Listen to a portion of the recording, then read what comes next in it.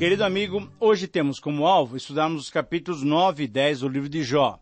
Nesses dois capítulos, observaremos a resposta que Jó deu ao discurso, às argumentações de Bildade. Na sua resposta a Bildade, Jó, através da sua argumentação, das suas colocações, nos revela um dos atributos mais notáveis do nosso Deus. Conforme o texto que vamos estudar, o título para esse capítulo é Reconhecendo a Supremacia Divina. Reconhecendo a Supremacia Divina. Muito bem, Jó não aceitou os argumentos de Bildade. Ele não entendeu que ele estava sendo justo ao analisar toda aquela situação que ele, Jó, estava enfrentando. Jó então respondeu a Bildade, mostrando que Deus é ao mesmo tempo justo e bastante imponente, bastante grandioso para que o homem se aproxime dele. A supremacia de Deus é tremenda e, portanto, o próprio Jó pensava que os seus questionamentos não teriam qualquer valor diante de Deus. O que vemos é que Jó estava afirmando o poder e a sabedoria de Deus. Mas é possível também que ele estivesse falando também com um pouco de sarcasmo, como nós vemos no versículo 2. Na verdade, Jó sentia-se incapaz de contender com Deus para provar ou para afirmar a sua inocência diante do Senhor. Por isso, o princípio que podemos extrair desse texto para as nossas vidas pode ser expresso nessa frase. Ao tentar entender o agir divino, todo homem é conduzido a provar a supremacia divina. E nesses capítulos, nos capítulos 9 e 10, nós vamos encontrar 5 provas dessa grande supremacia divina. A primeira prova da supremacia divina se vê na incapacidade do homem questionar a Deus, capítulo 9, 1 a 12. Nos versos 1 a 8, percebemos que Jó reconhece que ele não é perfeito e que para se recomendar a Deus lhe falta muito até. Parece que a justificação diante de Deus é o tema desse capítulo. Com isso, então, temos um trecho clássico dessa doutrina. A pergunta que se faz é, como que poderia se justificar o pecador diante de Deus? Na verdade, sei que assim é. Como pode o homem ser justo para com Deus? Essa é a grande pergunta. Essa é uma conclusão a que chega todo mortal sincero nas suas relações com Deus. A pergunta e a resposta é que o homem foi feito de barro, metido num cipoal de problemas entre os outros homens, enredado nos seus interesses. Então, como é que ele pode, nessa situação, se apresentar justo diante do Criador puro? Não adiantaria mesmo contender com Deus. Essa é a conclusão de Jó, no versículo 2. O que Jó reconhece é que só Deus sabe o porquê do seu sofrimento. Não era a questão do pecado, como entendiam Elifaz e Bildade. Jó reconhece que é só Deus que sabe o porquê do seu sofrimento. Dessa forma, ele dá um ganho de causa a Bildade e até Elifaz. Na verdade, eles dois falavam de coisas que não entendiam. Jó nunca negou a impossibilidade de se aproximar de Deus baseado na perfeição humana. Portanto, ele proclama uma verdade universal e diria mais ainda. Que tem isso a ver com a minha situação? Deus é puro e justo, eu não sou nada disso. Todavia, eu não cometi pecado algum que causasse essa dura luta que eu estou experimentando. Depois, Jó exalta o poder de Deus, que remove montanhas e muda a terra do seu lugar, cujas colunas estremecem. Jó continuou a sua descrição da grandiosidade de Deus, que ninguém pode questionar com ele e ter paz. Portanto, um Deus assim como nós temos não pode ser abordado por ninguém. Seu poder é imenso e ele é o Criador de tudo. Foi ele quem criou todo o universo e não há quem lhe questione. Há um Deus de poder imenso e incompreensível e incomparável. Quem é que vai poder se dirigir a um Deus assim? E Jó continuou e disse mais, veja bem, quem faz grandes coisas que não se podem esquadrinhar? É Deus. Perante um Deus assim, não há criatura que possa questioná-lo. Então, uma segunda prova da supremacia de Deus se vê na incapacidade do homem justificar-se diante de Deus. A primeira prova foi que a supremacia divina se vê na incapacidade do homem questionar a Deus. Agora, é uma outra ideia. É a incapacidade do homem justificar-se diante desse Deus. Veja o capítulo 9, versículos 13 a 24. Nesses versos, Jó afirma a futilidade de tentarmos nos justificar diante de Deus, pleiteando o quê? O seu caso, pleiteando o nosso caso. Diante da grandiosidade da supremacia divina, é fútil tentar se justificar diante de Deus. Jó então declarou que Deus trata os perversos e os retos do mesmo modo. Há um Deus assim? Ele pergunta, o que eu posso dizer? Não adianta falar-lhe, nem mesmo com palavras escolhidas. O melhor que eu faço é ficar calado mesmo. Além disso, ele não revoga a sua ira e não modifica o seu procedimento. Veja, são palavras do versículo 14. Mas Jó ainda vai ao ponto de dizer que Deus é indiferente ao sofrimento do inocente e discrimina em favor do perverso. Jó é muito objetivo e muito duro. Embora alguém pudesse tentar amenizar as palavras de Jó, parece-nos que é óbvio que Jó está clamando contra Deus nessa parte. Porém, precisamos reconhecer, é preciso entendermos que é importante nos lembrarmos de que Jó não conhecia toda a informação que possuímos sobre o assunto dos propósitos de Deus. Lembre-se que a revelação é progressiva. Naquele tempo, ainda não havia essa compreensão clara dos propósitos de Deus. Jó então volta-se para um outro lado da sua argumentação para mostrar que não adianta dialogar com um que pode tudo, com um ser que é grandioso, que vence monstros marinhos, que domina sobre os céus, o Todo-Poderoso. Não dá para dialogar com ele. É interessante como Jó se sente diante de Deus. No verso 16 ele expressa que se ele chamasse a Deus e ele lhe respondesse, nem por isso ele, Jó, acreditaria que desse ouvido à sua voz. Para que a sua causa fosse ouvida perante um tribunal, era difícil até de acreditar que Deus pudesse inclinar os seus ouvidos. Jó admite que Deus não lhe responde, mas mesmo que o fizesse, pouco adiantaria. Por quê? Porque a sua queixa não seria ouvida. Para Jó, não havia tribunal que atendesse o seu clamor. Portanto, ele se encontrava numa situação sem remédio. No verso 19, quer por um lado, quer por outro, não há solução. Segundo a sua avaliação, o seu caso é perdido, está perdido. Deus não atende, Deus não ouve, ele não liga para os sofredores. Assim, ruído pelas suas chagas e torturado pelas suas dores, ele não tem para onde se virar. Ele está só, ele está desamparado. Os seus amigos, sem entenderem o seu infortúnio, causam-lhe mais amargura ainda. Jó então se encontra desesperado. Ele agarra-se a uma terrível imagem de Deus, talvez tirada das religiões pagãs que atribuem aos deuses iras e ferocidades impiedosas sem compaixão para com seus adoradores. E no final desse parágrafo, nos versos 20 a 24, aí ele diretamente se queixa de Deus. Há uma terrível queixa quanto a um Deus que castiga o íntegro tanto quanto o ímpio. Um Deus que destrói indiscriminadamente o justo e o injusto, que a todos trata como iguais, apoiando-se na força e não na justiça. Ele admite que, diante do medo, ele é capaz de confessar qualquer culpa, até uma culpa que não cometeu. Em seu modo de ver, esse Deus Supremo não se importa se é justo ou injusto, se é justo ou ímpio, pois não há justiça para o seu caso. Isso é a maneira de Jó entender. E no verso 21, a tal ponto chega o seu desespero que ele não liga mais para a vida. Tanto faz uma coisa como a outra, e o melhor de tudo seria mesmo a sepultura. Parece que no meio do sofrimento, e sem recursos à vista, sem um lenitivo, sem uma esperança de que Deus poderia mandar, Jó atira-se contra tudo, envolvendo a sua justiça que rege a vida humana.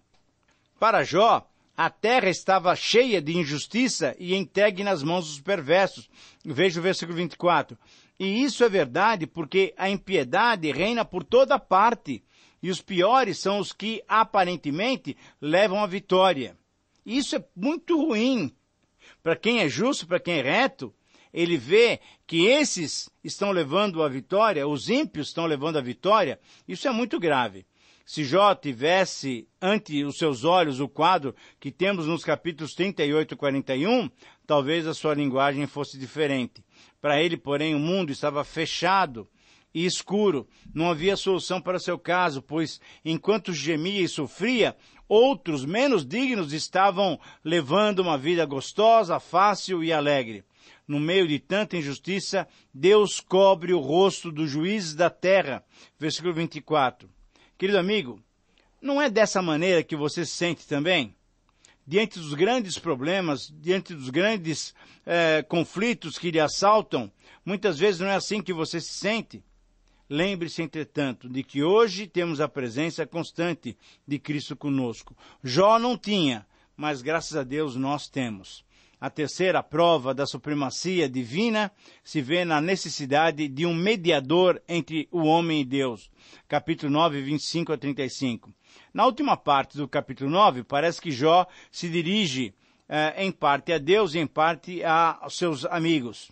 Tendo discutido o tratamento do homem em geral por Deus, nos versos 22 a 24, agora Jó se volta para o tratamento dele mesmo. Seu caso específico, versículos 25 a 31. Usando as figuras de um corredor, navios velozes e uma águia, Jó descreve a brevidade da vida humana. Ele fala da persistência de Deus em considerá-lo culpado e, como resultado, ele é incapaz de se alegrar.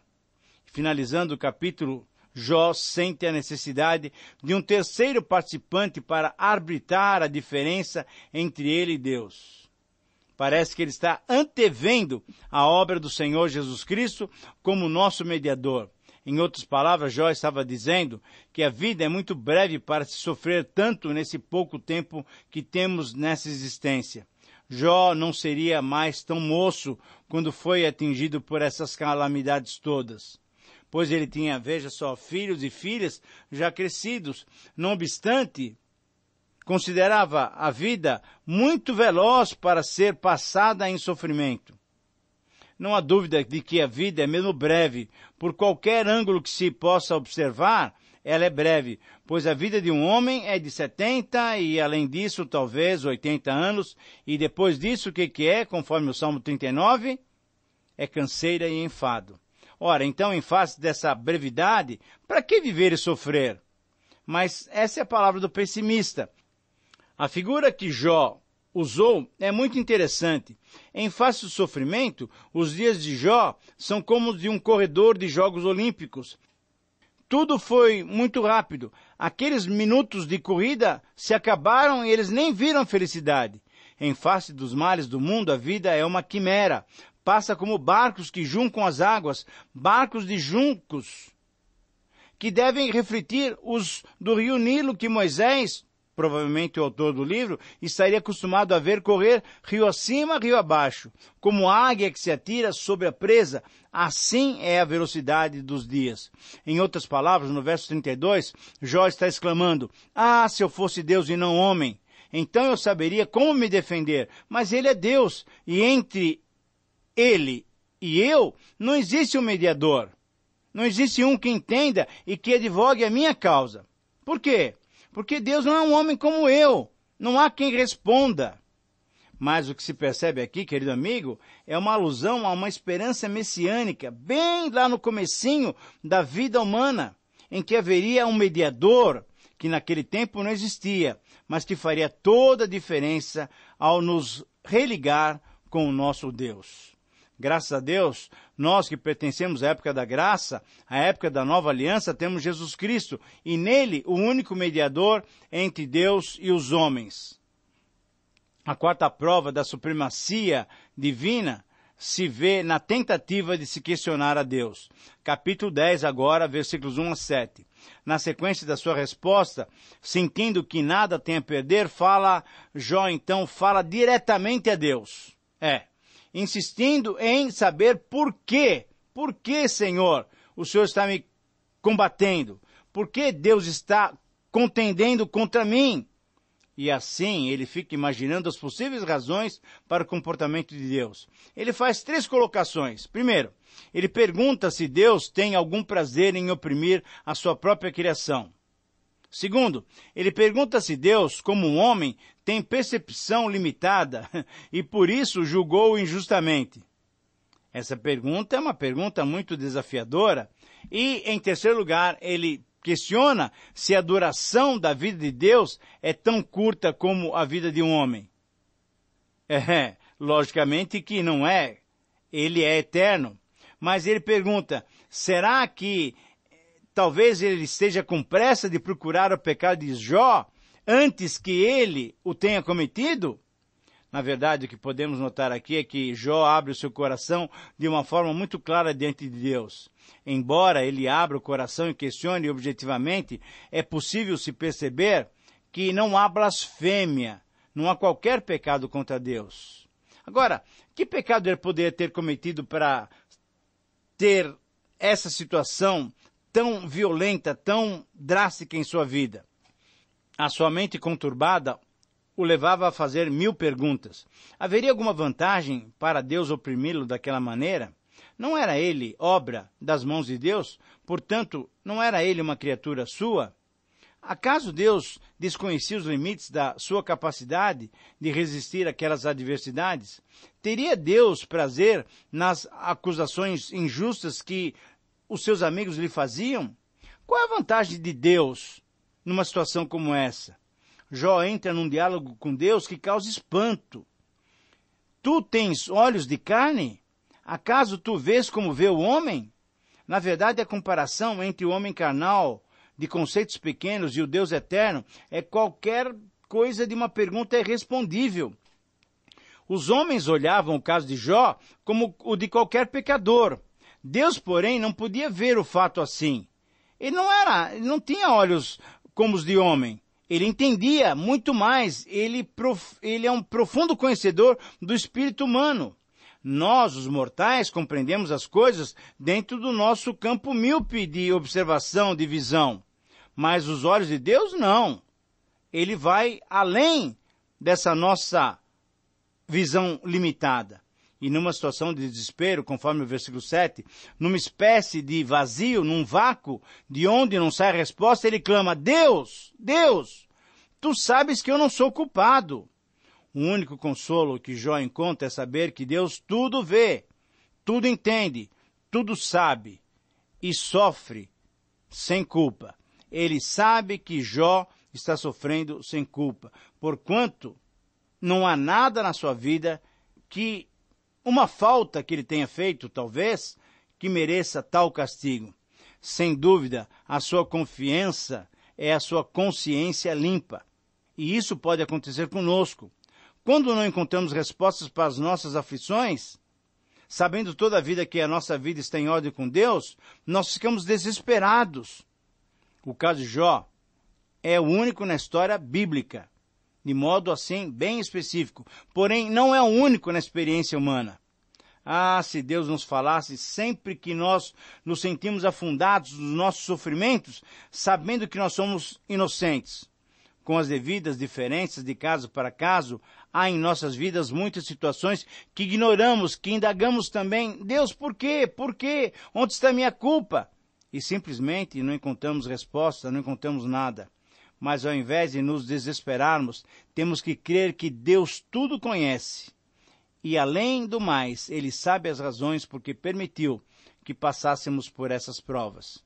Assim, a lição que podemos tirar dessas situações é que nós não podemos julgar antes do tempo. Só Deus julga e na ocasião oportuna. Por isso, finalizando o programa, a quinta prova da supremacia de Deus se vê na tentativa de interpretar o agir de Deus. Jó recorda a Deus que ele é criatura divina. Jó questiona se Deus fica nos observando para nos pegar em algum pecado. E Jó, entretanto, nesses versículos, mostra o seguinte, que ele não tinha conhecimento dessas características graciosas de Deus, que nós já conhecemos na época agora da nova aliança. Não havia escritura, não havia profecia, só havia a sua experiência.